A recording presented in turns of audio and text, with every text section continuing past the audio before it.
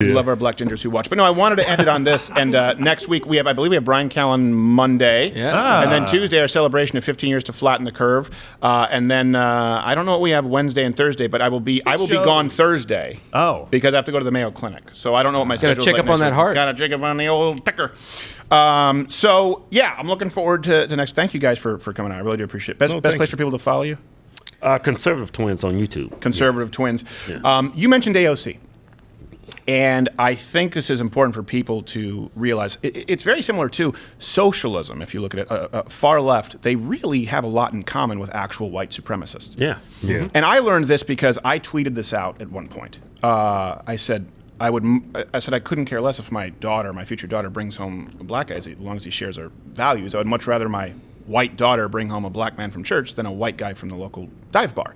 Mm-hmm. And that made me target numero uno of the white supremacists out there, right? And what they realized they were going to try and do, first they thought I was Jewish, and then they were like, ooh, he's a pretty big Jew. So they realized that I wasn't. So then they they would Photoshop swastikas on me and all these horrible quotes, like literally, and Twitter left it up. There was one quote that would say like, hang the, word and gas the, would say like horrible stuff, and Twitter's like, oh, it's not a violation.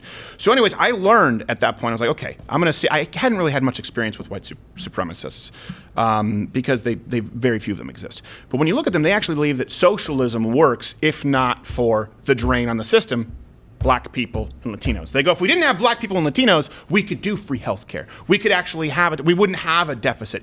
Basically, we want big government. We just want, but it only works if we eliminate minorities, right? We need a country for our own. And the truth is you have plenty of black contributors in this country and Latino contributors and white contributors. I understand that statistically, especially with Latino Americans, there are far more who don't pay taxes, who are here illegally. And that's the idea of a worldview, of a nation of ideas as opposed to a nation of people. However, it's the same thing. So you look at socialism, sort of comes around, and that's what the white supremacists believe. And you mentioned AOC, saying, well, why doesn't she ever bring up this idea of black babies, being aborted? Well, think about it.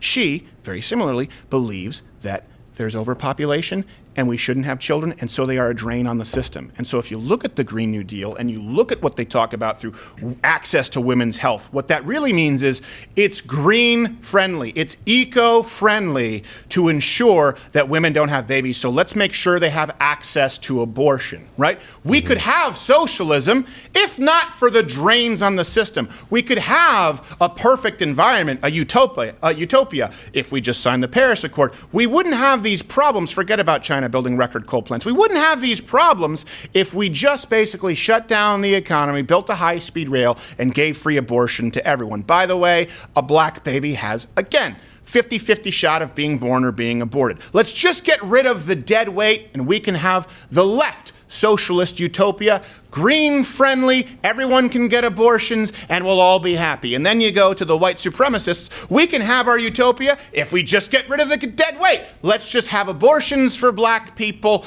kill anyone who isn't white, and then we can have the society that we want. And they come right back around in one form or another.